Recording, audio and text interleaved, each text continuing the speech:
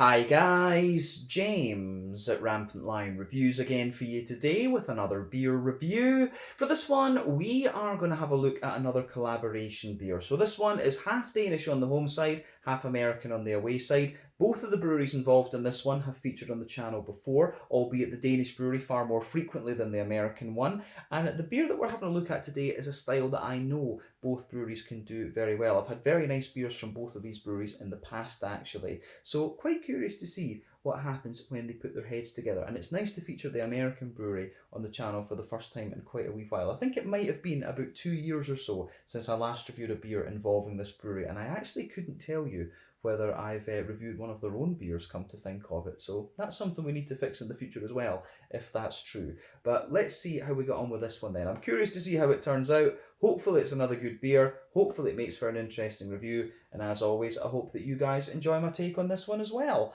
So yeah, for the home side of things then, we are going to cross the Øresund and go to Copenhagen in Denmark once again. We're going to go to Herlev in the northwest of the city, and we're going to have a look at another beer from Gamma Brewing Company. So this particular beer is called Aquaticus. It comes in at 8.2% ABV, and it's another New England Hazy Imperial Double, whatever you want to call it, IPA. So it's brewed in collaboration with Finback Brewery, who are from Glendale in Queens, which is to the east of Manhattan in New York State in the northeast of the US. And it's been, as I say, about 2 years, I think, since we last had a beer involving this brewery, in fact. And I, as I say, I couldn't tell you whether I've actually reviewed any of their own beer, but this is one of the breweries that I do hope to go and visit when I make it out to the States later in the year. But it should be cool to see what these guys produce when they put their heads together. Big shout out in this video as well to Jessica of Beer Hive in Amager in the south of Copenhagen. That's where I bought this beer, and she supplies me with most of my Danish beers these days actually. She's got a great selection of Danish stuff as well as stuff from across the rest of the world too. But yeah, when I go over to Copenhagen, it's the Danish stuff that I'm interested in mainly, of course. But yeah, go and check out her shop. I'll put the link to the Facebook page and the Instagram in the video description for you below. But yeah, let's crack on with this one then and see how we go. So, as always with my reviews then, I'll tell you a little bit about the breweries involved here before we taste the beer. If you want to get straight to the tasting, just fast forward. All the usual links are in the video description below. That's the brewery websites, the link to my other reviews that I've done, both from Gamma Brewing and from Finback, and we will no doubt return to both of these breweries in the near future, although you might be waiting a little bit longer for a Finback review. Just keep your eyes peeled on that. But there's all the usual social media down there as well. If you want to see more reviews, do please consider subscribing to the channel. The whole channel, of course, has a geography-based tagging system, so you can go into the homepage and search for beer based on country, city, state, county, province, prefecture, whatever it is you happen to be interested in. Do check out the playlists of beers from different countries. There is one there for all the Danish beers I've reviewed for you, and another one for all the American beers. This beer will appear in both of those because it is dual nationality. And as always, please do get in touch and let me know some of the other beers and breweries that you guys would like to see me review. It's always great to hear from you guys that are watching the videos, and the support that you show the channel is hugely appreciated. So anyway, to tell you a little bit about Gamma Brewing Company then, on to my brewery notes. So Gamma Brewing Company, as I've mentioned to you before, are based in Herlev in the northwest of Copenhagen, and the company was founded back in 2015 by 4 friends who were various beer bars around the city. But they often used to talk about how it would be cool to have their own brewery one day, but little did they know there was an opportunity coming to them. So in the early days they took in another co-owner, and so these days the team at the brewery is Jakob, Anders, Jesper, Koi and Nick, and they all had a little bit of homebrewing experience, and 2 of them had worked in the Ulsnagern bar in Copenhagen, who went on to purchase the former Stronzo brewery in Gorløse, which would become Økollektivet. But one of the co-owners of Gamma is also a co-owner of the May Ulsnagern bar in Aarhus as well. So they were invited to join Økollektivet because of these connections. They got a good deal on a 20 hectolitre tank, and they started the brewery up without having had any experience of running their own business. But it went quite well for them, of course, and while they were at Økollektivet, they expanded twice, and at maximum they were producing around 500 hectolitres of beer per year there. But Økollektivet has been home to Ulsnagern, Gamma Brewing and Dry and Bitter in the main. Dry and Bitter and Ulsnagern, of course, are still brewing there, but Ulsnagern also brewed the Bad Seed beers under contract before they got their own brewery up near Aalborg. Peter, the master of hoppets, of course, works there. And Ghost Brewing and Ghost Brewing and also Rooster actually have brewed in Ulkollektivet at different points in time, but they have since moved on. But a little bit later on, in July of 2020, Gamma announced that they were going to move to a new brewery in Herlev, and they started building up this brewery over the following months. In February of 2021, they produced their last beers in Görlöse before they moved to their new site in Herlev, and they released their first beers from there in March of 2021. They've continued to expand a little bit and kind of get this brewery up and running fully over the last few months. And as of March 2022, when I'm filming this review for you, these guys have produced 160 different kinds of beers. Now, I would say that Gamma Brewing are mainly known for their different New England IPAs, but yeah, we've had various styles from them over the years. We had a Rauch beer from them recently, we've had Imperial Stouts, West Coast IPAs. I still need to try one of their sour beers actually, I've not really played around with those all that much, but yeah, we need to try a few different things from Gamma, of course, but we know they do nice New England IPAs, and yeah, quite often when I go over to Denmark, that's what I fancy. I'm always in the mood for a Gamma from New England IPA. But yeah, that's all I can really tell you about Gamma Brewing for the moment. If you want to learn more about these guys, as always, you can check out the brewery website, follow them on Facebook and Instagram to keep up to date with all the latest goings on, or you can check out the Rate Beer, Untappd and Beer Advocate pages to learn a little bit more about all the different beers that they've done. But yeah, let's go on to the American side of things now and talk a little bit about Finback Brewing. So Finback Brewing, as I mentioned to you earlier, are based in the Glendale area of Queens in New York, which is to the east of Manhattan Island, and the company was founded by Basil Lee, who's a former architect, and Kevin Stafford, who was a graphic artist. But these two were, of course, also different homebrewers, or well, quite avid homebrewers, I should say. But the company was founded back in 2011. It took them a little while to find their location, but they settled on their current brewery in 2013, and they produced their first beers there in 2014, with a tap room opening up just a little bit after this. But apparently the name Finback is taken from their location. So they're actually located about 30 minutes walk from the nearest subway station, because the two lines that are close to them just diverge, and they're right in the middle of these two, but they call it a beached whale. Originally they were going to call the brewery Narwhal, but then Sierra Nevada came out with their Imperial Stout. But Sierra Nevada had actually agreed to withdraw the name of the beer, but after it sold out and became really popular, they changed their minds on this, and it also won a gold medal as well. So they felt that it was a really, you know, the guys at Finback felt that this wasn't such a good idea to challenge it, of course, but these events all happened before the brewery actually opened its doors, so it wasn't too big a deal for them to change the name of the brewery. But over the years they've been gradually expanding, and they have been working in recent times on a second brewery in Gowanus, if I'm pronouncing that correctly, in Brooklyn, and they've also got a distillery at this new brewery as well, with a coffee roastery and a dumpling shop. So yeah, exciting times recently at Finback Brewing, and they've also got a farm outside of the city as well, apparently, which is quite cool. But as of March 2022, when I'm filming this review for you, these guys have produced around 580 different kinds of beer according to Untappd, and like I say, the ones that we know in Europe that for Finback are mainly known for having different New England IPAs and stuff like this, but they do lots of other styles if you have a little flick through the Untappd page as well. But yeah, definitely one of the breweries that I plan on hitting up when I do make it over to New York later in the year. So yeah, we'll maybe see if we can get an out and about video done at Finback's Brewery in Glendale. That would be very cool. But yeah, that is all I can tell you about Finback for the moment. So once again, if you want to learn more about these guys, you can check out the brewery website, you can follow them on Facebook and Instagram to keep up to date with all the latest goings on, and you can check out the Rate Beer, Untappd and Beer Advocate pages to learn a little bit more about all the different beers that they've done. But yeah, let's crack on then and see how we get on with the beer itself. So I'll just let you have a little look at the artwork on this one before we open it up. As you can see, it looks very, very nice. A little bit different from what we've seen from Gamma before, of course, but you can see the kind of whale chilling in there, the whale's eye and stuff, and the little sort of smile, I guess we could say. Looks very, very cool. But yeah, there you can see the Finback brewery symbol. That's changed, of course, a little bit, I think, over the years since we've had Finback, and you've also got Gamma there too. But I do like this thing that they have on the back of the can now with the label. It's got the sort of Gamma wave. But yeah, pretty cool, this one. As we said earlier, this one is an 8.2%. New England Double IPA, and it has Mosaic, Belma, and Eldorado in it. So yeah, Mosaic. All three of these hops, incidentally, are American. Mosaic we know quite well, about 14% alpha acid. It's going to give you some lovely kind of tangerine notes. Eldorado, I think, is a little bit less, if I remember correctly, about 12% alpha acid, and it gives you quite a big passion fruity and mangoey character as well. But Belma is one that I've only had once or twice before, and I did actually take some notes on this. I think the last beer I had Belma in was a Gamma one as well. But this is an American hop developed by Peterboff Farms in the Yakima Valley. It was first released back in 2012. It gives you 10 to 12% alpha acid and flavours of orange, melon and strawberry.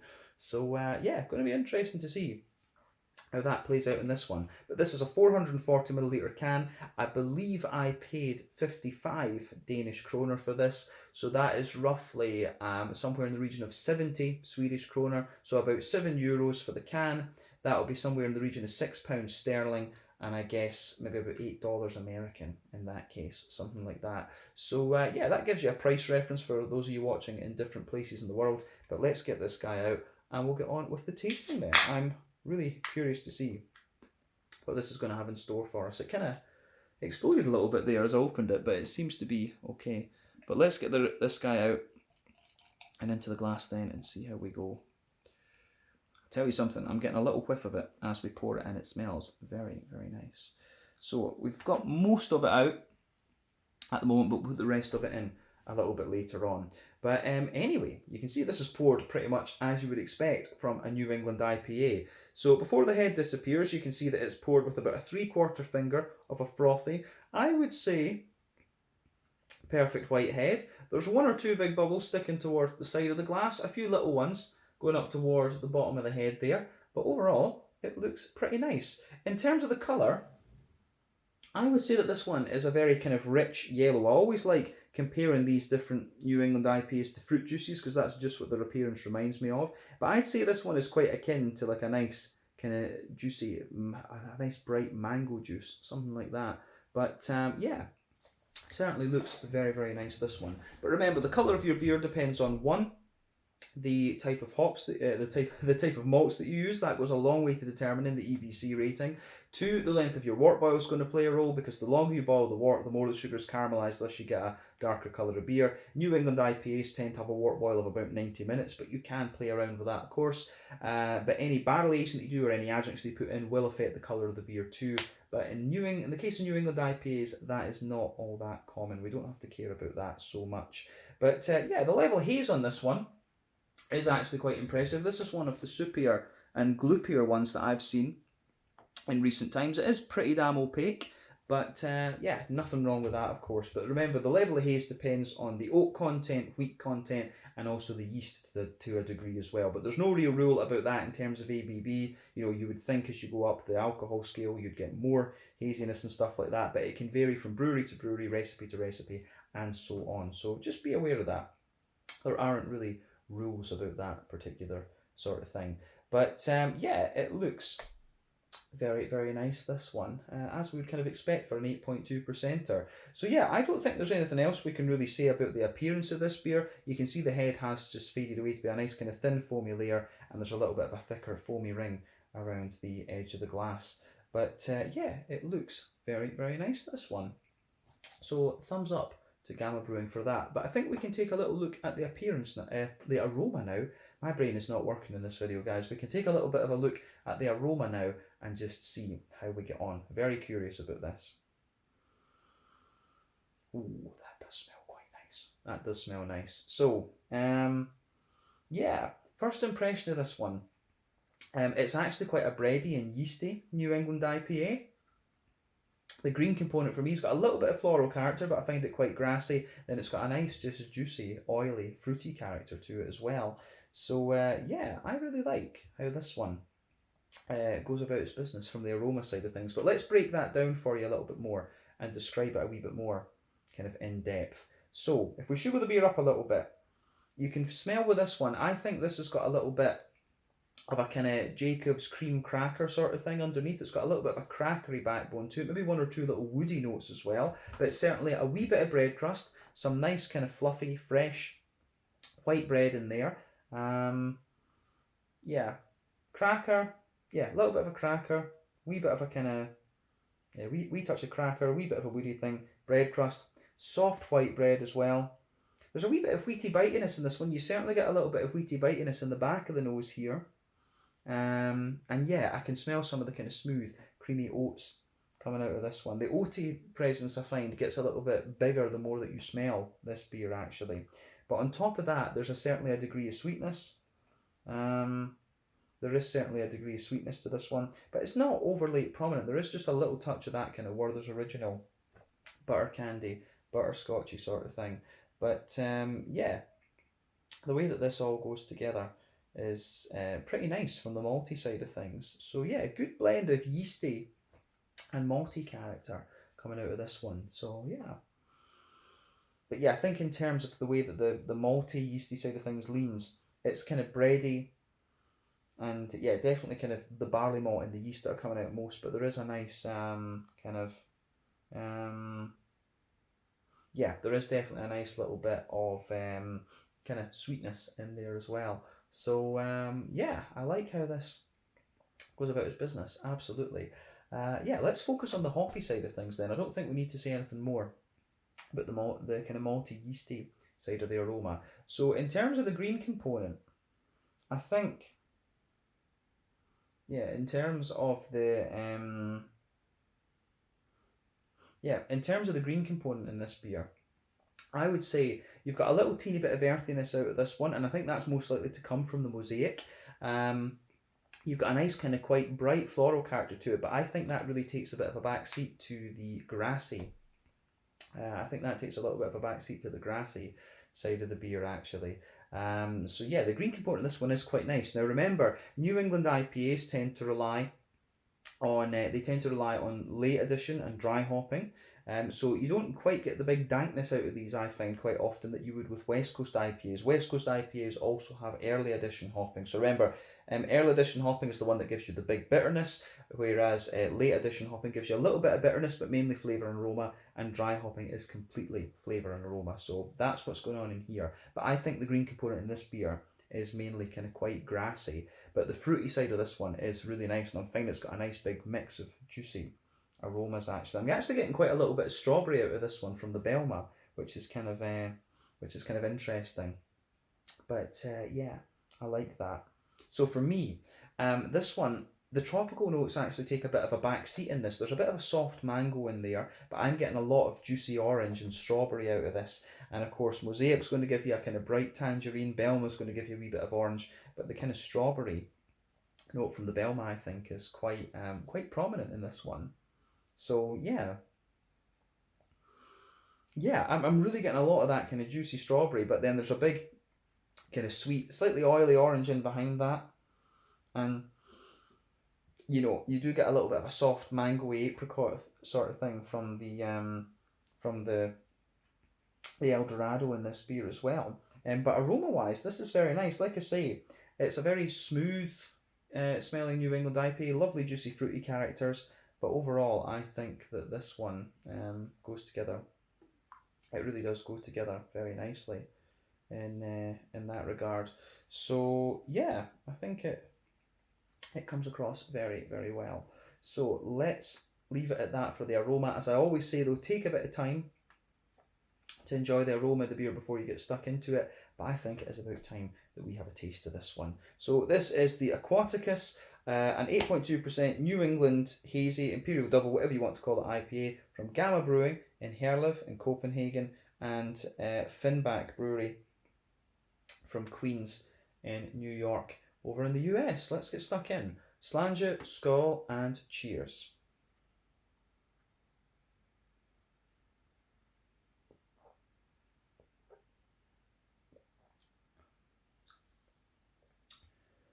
Yeah,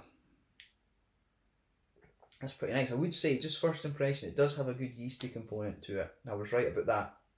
So I think this one for me, just on that first taste, I think this is one of these ones where it does really, the aroma translates quite well into the flavour, I would say. So yeah, bear that in mind with this.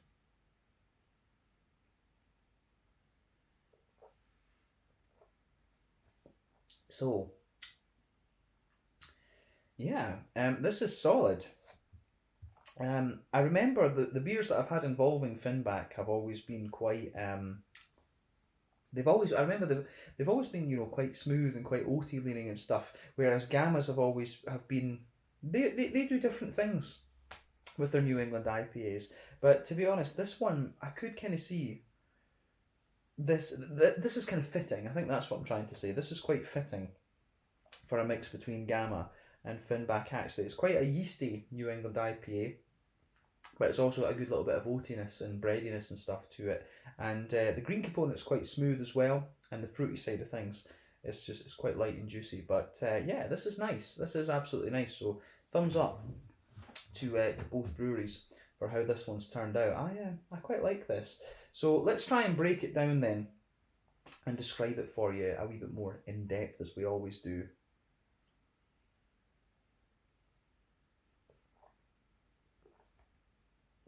So yeah, right. So backbone of this beer, it's very creamy as well. The backbone of this beer, in that middle third of your palate, you can feel a nice wee bit of a kind of Jacob's cream crackery sort of thing. Absolutely getting a little bit of that. On top of that, you've got a wee bit of a more kind of bread crusty sort of thing. So yeah, you've got that nice wee bit of a kind of fresh white, a fresh kind of tiger roll, white bready sort of thing. You can feel that. Then you get the barley malt. You can feel that soft kind of fluffy white bready character there from the barley malt in this one. But then on top of that, you can feel the wheat just thickening. I think you can feel a wee bit of wheat just thickening this one out. But I've actually just noticed it doesn't say that it has wheat on this. I actually thought in the aroma there is a wee bit of wheaty bitiness at the back of this actually. So that's interesting. If this doesn't have wheat in it, that is maybe why it feels a little bit sort of kind of smooth and yeasty in a sense. So that's interesting. Maybe this one doesn't have wheat in it after all then, unless they're counting that just as malt. But it does actually say barley, oats, hops, and yeast. So maybe this one doesn't have the wheat. But to me, if I was tasting it blind, I would think it did have a little bit of wheat in it. But for me, it does feel a little bit more kind of yeast heavy actually. But the oats come out quite nicely. So for me, yeah, you've got a little bit of that Jacob's cream crackery sort of thing, a wee bit of a bread crust, a soft white bread, and then for me it feels like there's a bit of wheat in there just thickening that bready character out. But then yeah, you can feel the nice kind of smooth and creamy oaty character coming out of this one. So I really like how that goes together.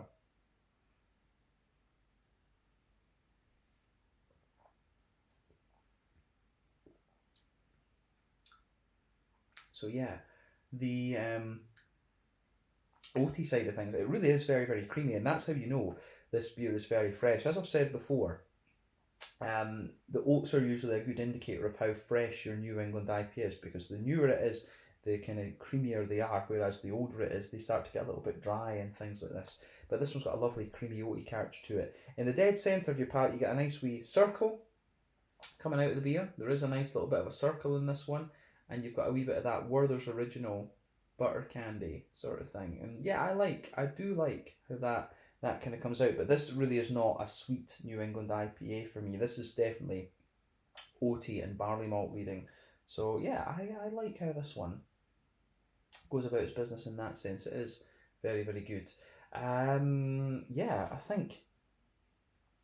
think on that,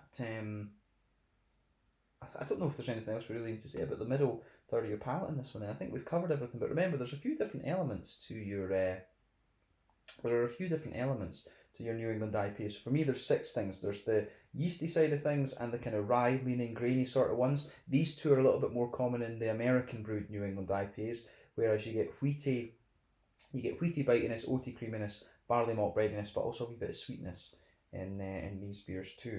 So yeah, there's a few different things you need to think about when it comes to New England IPAs, but this one for me is more kind of oat. It's it's yeasty and farmhousey, then also kind of oaty and creamy as well. So yeah, it's got a few different things in this one. I really like how this goes together. Yeah.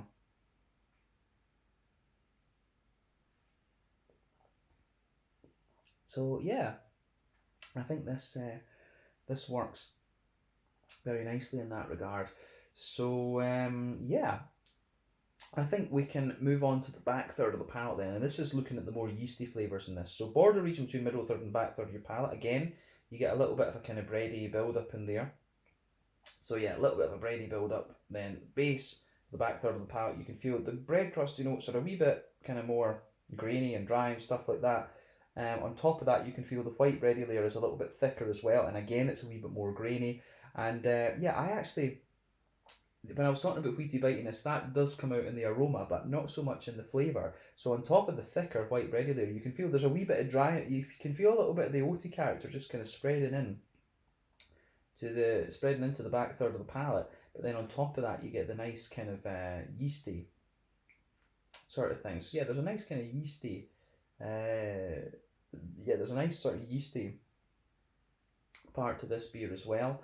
But yeah, I think it works nicely. So the yeasty on top of the kind of malty layer on the back third of your palate, you get this slightly more dense bread crusty sort of thing there. So yeah, you've got this nice dense bread crusty kind of character. It's got a wee touch of it definitely does have a wee touch of a kind of crackery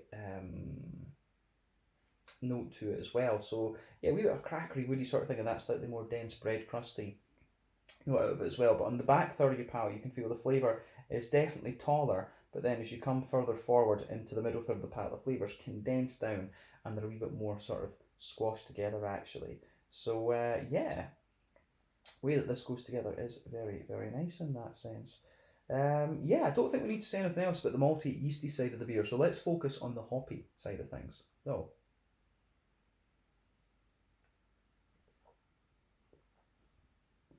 So yeah, hoppy side of the beer then.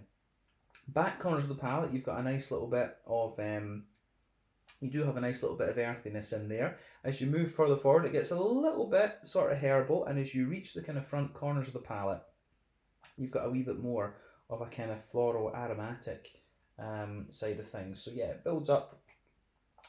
You do get that nice bright floral aromaticity, but then round the front curve of the palate, it's a little bit lighter and grassier and things. But I think the floral note does linger there in fairness, and the grassiness has a wee bit of zesty character to it. But yeah, it's interesting. You do get a wee bit of that dustiness out of it. So I think this beer is pretty fresh actually. You can still feel a little bit of that dry hoppy dusty character out of it, which is nice. But let's focus on the front third of the palate and let's focus on the front third of the palate and the fruity side of things then. So border region between front third and middle third of your palate, again you get a little bit of a bready build up there.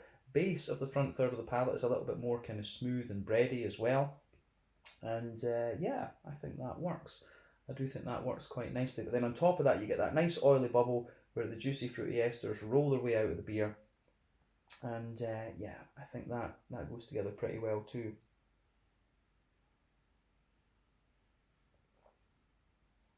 So the fruity side of things for me is a wee bit of an oily character too, a wee bit of slickness.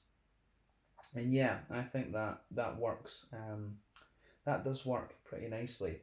But yeah, I think it's interesting. You do, on the back of that front third of your palate, you get a wee bit of the passion fruit from the Eldorado, and you can feel a bit of a soft mango, but there is a wee bit of that more pungent melon underneath, which comes from the Belma as well. But then as you move into the front half of the front third of the palate, there's definitely a big oily orange there, and I do get a wee bit of that kind of slightly juicier strawberry note that I was talking about. The fruity side of this beer is a wee bit different to the aroma, that's for sure. So yeah, melon in the back, bit of passion fruit, juicy mango, and then a kind of orangey, a wee bit of an orangey strawberry kind of thing. Definitely strawberry on the very tip of the tongue, but a nice oily orange just in behind that. But yeah, I do like how that all goes together in this beer. It works very, very nicely. So yeah, thumbs up to Gamma and Finback in this one. It's very nice. It is very nice actually, this beer. So yeah, I think we can describe this one as a sort of yeasty oaty New England IPA. I think that's definitely fair, but it's got a wee bit of the yeastiness you'd expect. A lot of people in Europe don't realise that the original New England IPAs in America were kind of quite yeasty and farmhousey in that sense, because the ones that were brought over to Europe were mainly the sort of Trillium treehouse type ones, the oaty and wheaty things. So this one I think shows you a little bit more of what the original New England IPAs over in the US were like, but I like it. I certainly do like how this goes together. Let's round off the review with a wee look at the mouthfeel then. So for me, it's definitely a mid-bodied beer. The carbonation is quite smooth and it does have a really nice kind of creamy mouthfeel to it.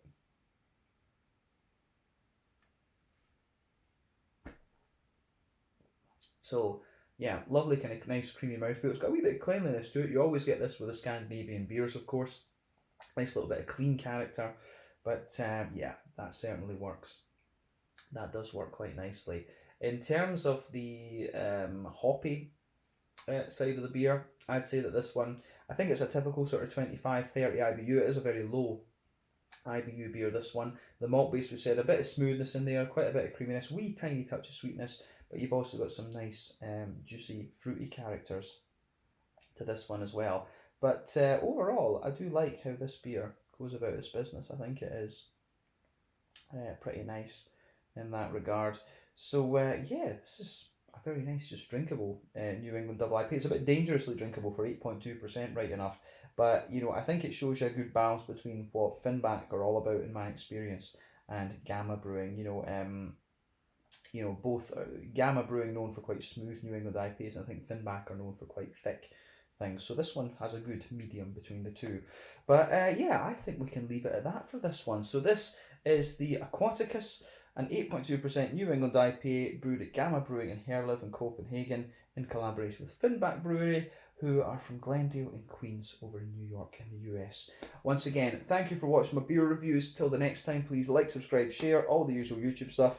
Let me know your own thoughts on this one in the comment section below. Let me know what your favourite beers are from Gamma Brewing as well, and from Finback too, and we will no doubt return to these guys at some point in the near future. But until the next time, check out my social media, check out the brewery's social media, and I'll see you soon. Slàinte, skål, and cheers.